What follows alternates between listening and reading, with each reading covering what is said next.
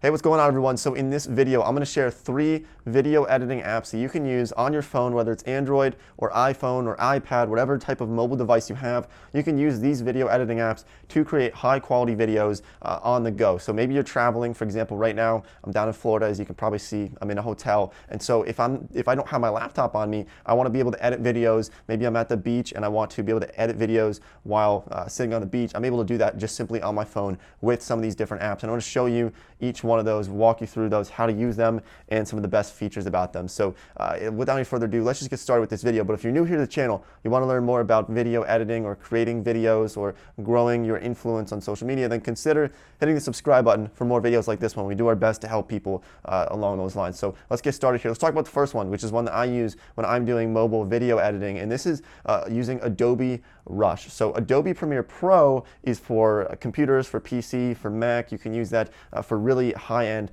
video production. This is what people use when they're creating movies. A lot of YouTubers, Casey Neistat, will use Adobe Premiere Pro, but you can get the simplified version created by Adobe for mobile devices, and this is called Adobe Rush. So I really do like this app. This is my go-to. I will talk about 2 others as well if you want to get something that might be a little bit more cost-effective for people who are on a budget, but this is essentially going to be free for the first few times that you use it, and then if you want to export further on and have, I think, 100 gigabytes of cloud storage through Adobe Rush, I think it is $9.99 per month, but for somebody like myself, I find it to be totally worth it. It was hard to get myself to pay that $10 a month at first, but after a while I realized how much I'm actually using it and how valuable it is to have to be able to do that right here on your phone to be able to edit videos. So I'm not associated with them. I'm not getting paid by them. This is just something that I personally use and I think is worthy enough to include in this video because I use it so often. But let me just kind of walk you through this. Like, you can add videos into here like this, and then you can trim them. It's super easy to edit them, add titles, change the color. You can put filters onto them. So it's super easy to use, and that's what I really think is great about it. And then you can export it straight to YouTube. You can export it right from your phone, and I find that it's very quick. At least with my iPhone that I'm using right now, it's very quick.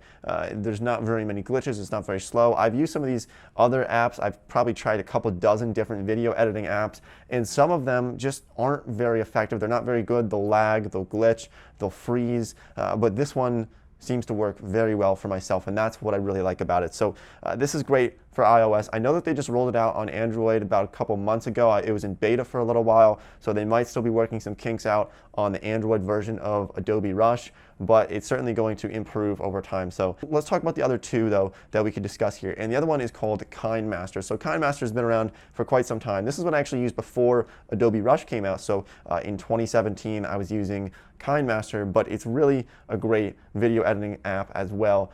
And so what's cool about this is it's pretty much similar to Adobe Rush. Not as many features that you can put onto it, but it is more cost effective. So I believe it's about $4.99 per month to use KineMaster. There could be some other price changes as well, from what I understand, because I haven't used this app recently. I used it a lot last year, but it's still one that is very nice to have. So this is what KineMaster will look like once you get into the actual app, and you can just add audio, you can add a voiceover, you can add various different types of media just by clicking this right here, and it's really nice to have. You can also increase the speed, decrease the speed, and then export that video, change the transitions. Very simple and very easy to use, very user friendly, I would say, even for beginners. If you're just getting started with it, it's pretty simple. So KineMaster, this is the one, and just to make a correction, it's actually $5.49 per month, I believe, rather than $4.99 per month. If you go up to this trash icon, they'll try to upsell you here. $5.49 per month